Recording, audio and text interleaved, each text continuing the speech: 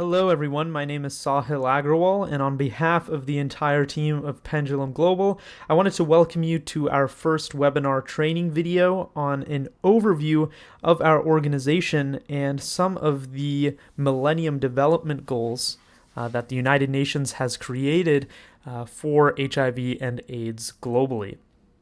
And so, just a reminder that PENdulum Global is a youth empowerment initiative for adolescents who have been impacted by circumstances within their global communities. And specifically, what we've been working on and what I'm going to be talking about in this video is adolescents who have been impacted by HIV and AIDS.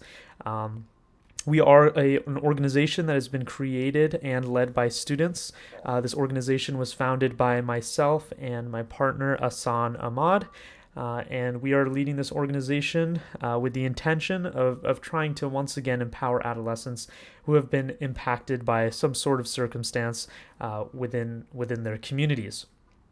And so this overview is going to kind of give a general overview of the concept of PENdulum Global. Some of this information was presented at a TED Talk that I gave in the past, and I'm sure you'll have access to that video as well. But I wanted to give you a little bit of background about PENdulum Global and why we started the organization. And so what we found is that although college presents so many opportunities for students to get involved in a very large, diverse number of experiences, there really isn't an opportunity for college students to engage in a meaningful and a sustainable international service project, a project that can highlight some of the world's most pressing concerns. Some of those concerns are malnutrition, water sanitation, armed conflict, and even preventable disease. And understandably, part of the reason why an international service abroad model has not been created for college students is really because of two primary barriers. And I'm sure you're familiar with them, but I'm going to just kind of talk about them for a moment. The first barrier is time. As college students, we're busy planning our careers and we're busy taking classes, and so it's not really realistic to send students on these long-term service abroad trips where they can kind of commit to some sort of international cause and do activities related to that cause. The second barrier is a lack of skills. We might be working towards degrees in medicine or public health, international relations, really any sort of degree, but we don't actually have those degrees yet. And so it's really difficult to justify giving us rather inexperienced students the opportunity to commit to some sort of service project if we don't actually have that skill set yet. And so it's really because of these two barriers that it's been very difficult to create these sustainable international service abroad projects for students. However, a lot of universities have started to partner with organizations that provide students with short-term service abroad trips. Now, this is a sort of an attempt to overcome those two barriers that I just talked about. And really the goal of these short-term service trips is to provide students with a sort of flavor of what it's like to live in a developing country. And by all means, these trips can be very meaningful. I know a lot of friends personally who have gone on these trips. They can be meaningful because they can give students a sort of motivating factor to propel them towards a career in international aid. But at the same time, these trips are often expensive. I'm sure you all know that each of these trips can be up to a few $1,000s. These trips are also very short.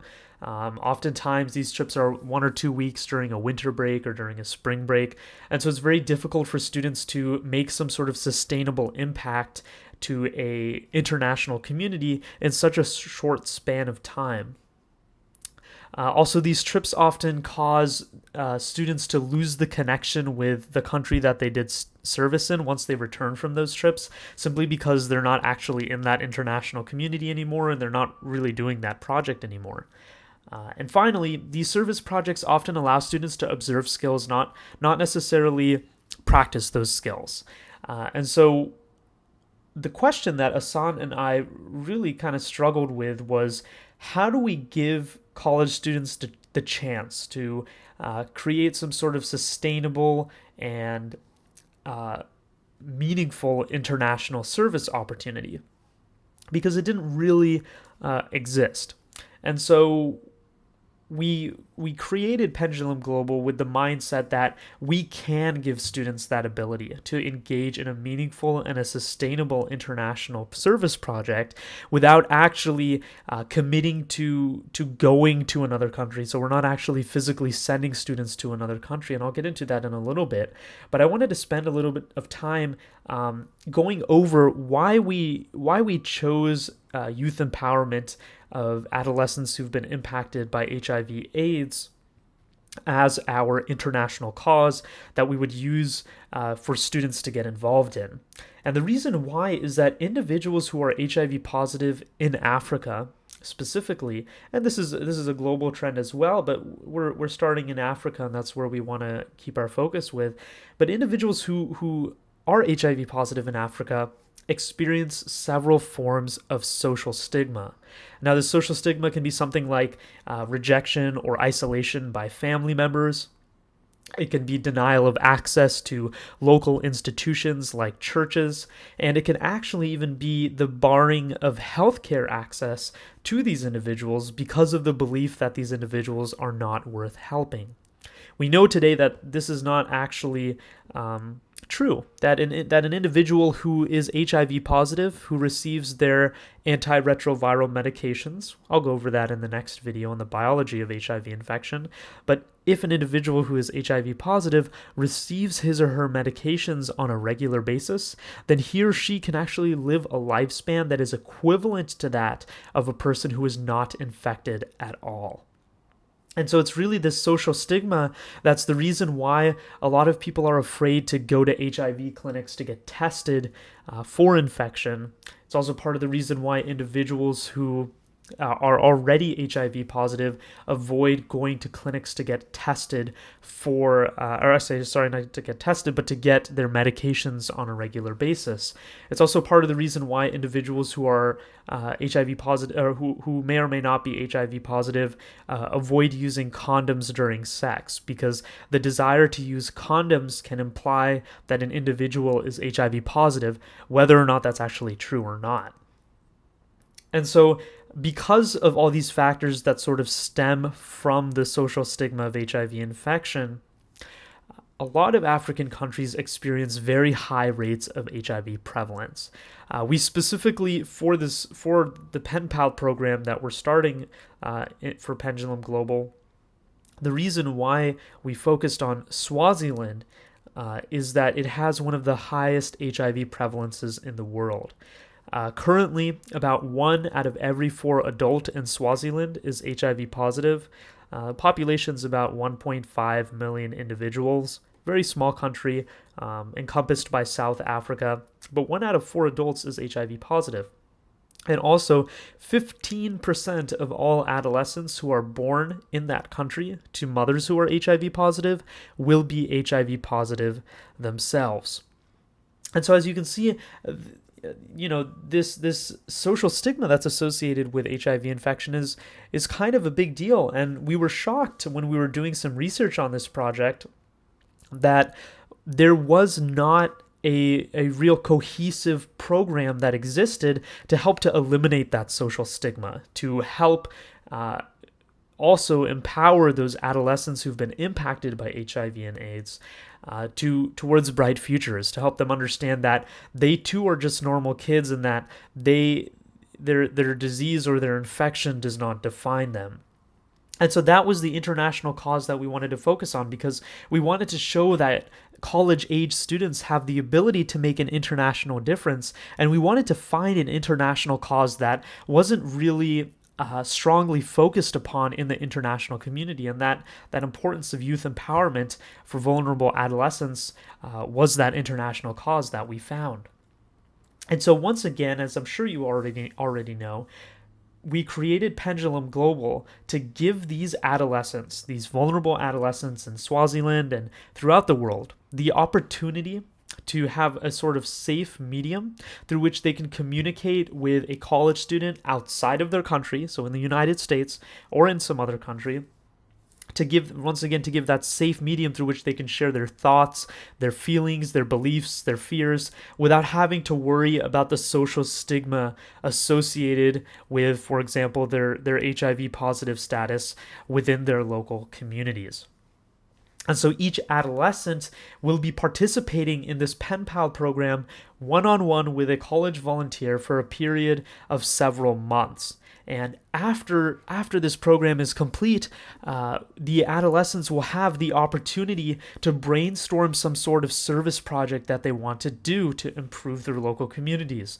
And we, as an organization, as Pendulum Global, we would provide those adolescents with the support and the resources to make those service projects a reality. So the idea behind those service projects is twofold. First, we wanted to give the adolescents the opportunity to do some sort of self-directed community service. We didn't want to be the kind of organization that goes into a country and physically makes some sort of positive change, but then we leave after making those changes, because we know that that's not necessarily sustainable for specifically youth empowerment. What we wanted to do is we wanted these service projects to be locally directed, and if these service projects are directed by local individuals, then these individuals will learn some skills, and then they will be able to further improve their communities in the future. So that's the first aspect.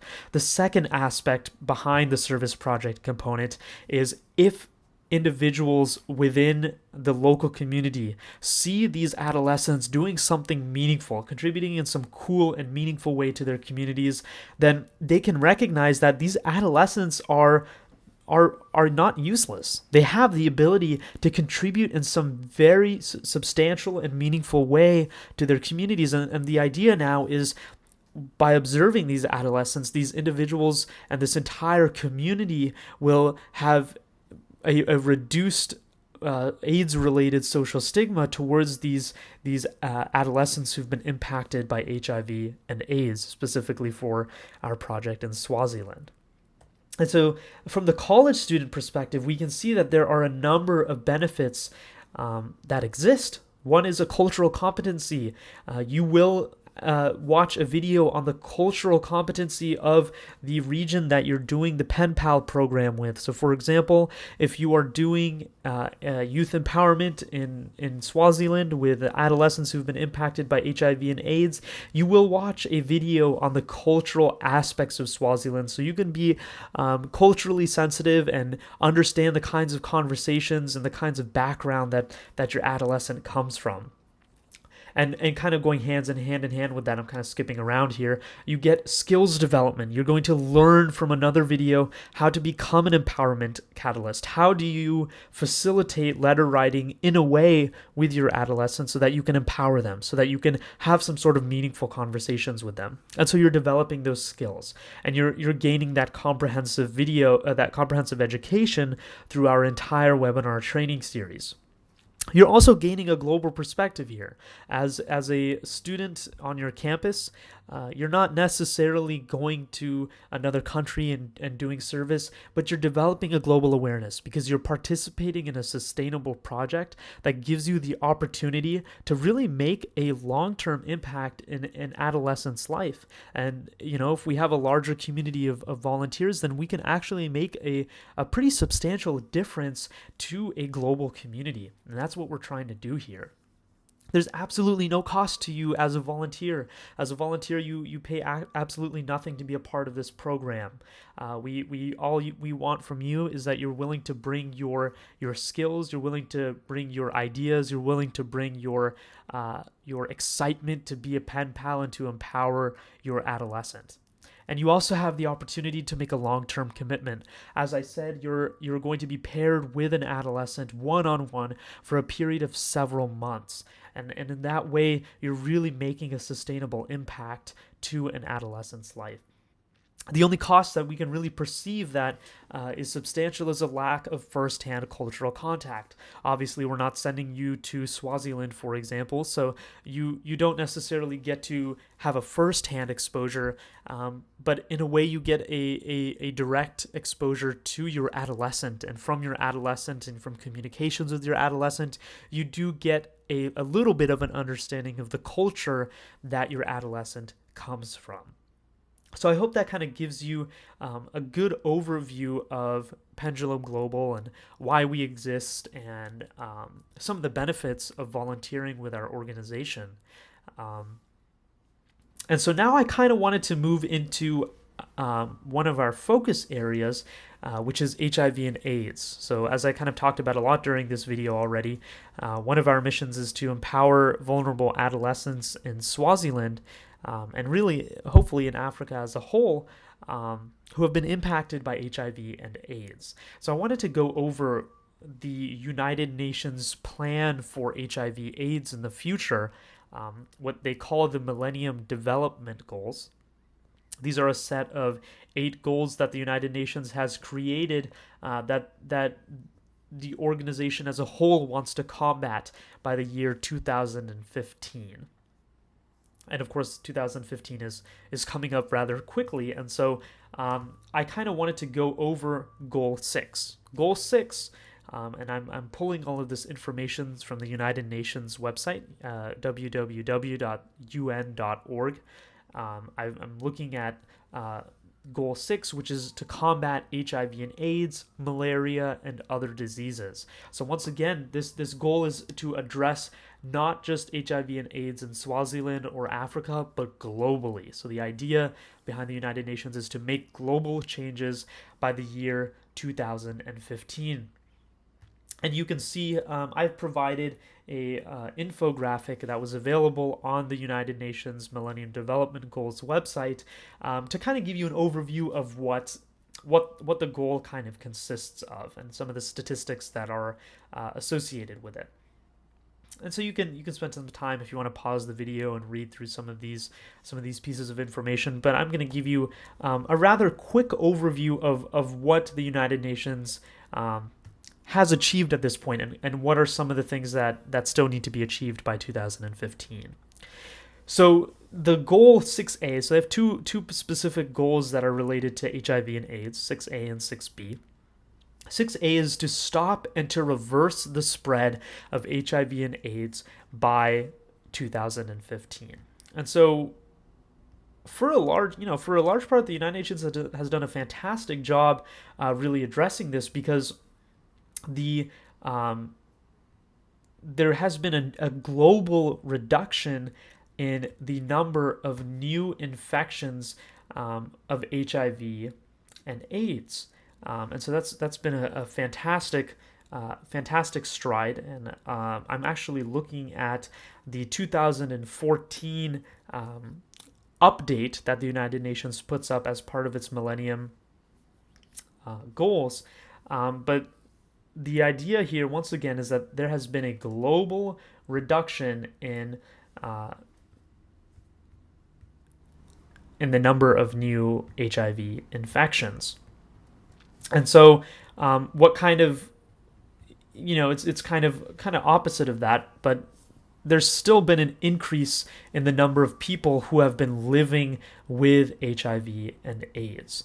And so that kind of comes as kind of confusing, because these facts seem to be contradicting each other, these two facts. But at the same time, the idea here is that globally, the number of new HIV infections has been reduced by 44%.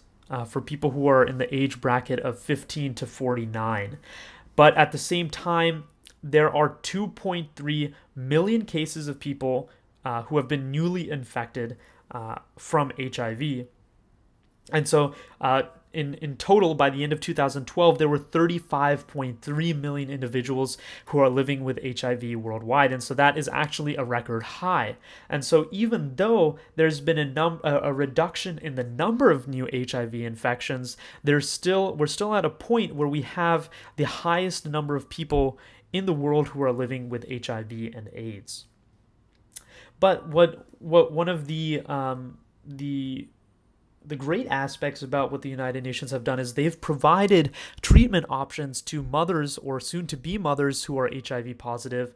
And this has actually caused a reduction in mother to child transmission of HIV. So part of the goal is, not only to provide medications to individuals who are HIV positive, but to help to prevent that spread, to help to prevent the spread of HIV, so from the mother to the child. And I'll go over all of the infection mechanisms and all the details related to the biology of HIV infection in my next video. But like I said, I wanted to give you kind of a general overview of what the picture looks like. Even though the statistics look pretty good, there's been a reduction in the number of new infections, there's been a reduction in mother-to-child transmission.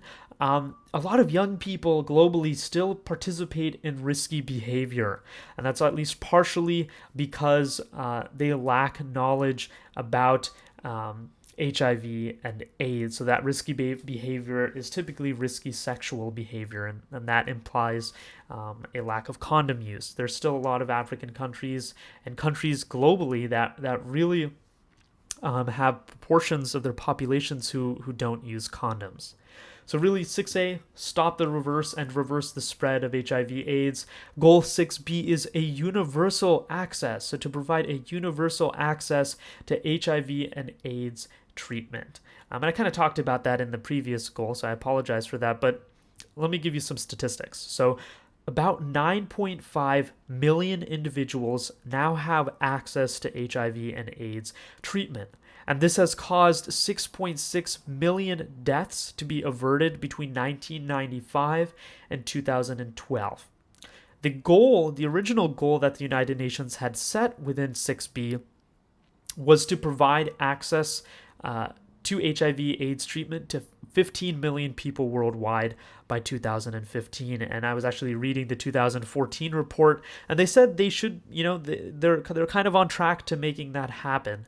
And so, overall, for the most part, there's been a reduction in a lot of the negative aspects of HIV and AIDS in terms of the number of new infections, the number of children who are transmitting it from their mothers, as well as the ability to avert deaths due to the access of medications. But at the same time, there are still so many issues that really need to be addressed, particularly with people who are living with HIV and AIDS.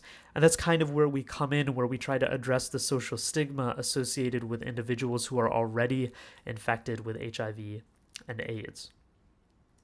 So I hope that this video has provided you a good overview once again about PENdulum Global, and just a little tidbit of information about how has the United Nations been addressing HIV, AIDS, and AIDS globally. And so if you have any further questions, be sure to write a comment underneath the video. And you can also visit our website, pendulumglobal.org, for more information. And definitely like our page at facebook.com/pendulumusa. You can also just look up PENdulum Global on Facebook, and you should be able to find us. So once again, I wanted to thank you. And on behalf of PENdulum Global, I'll see you guys in the next video.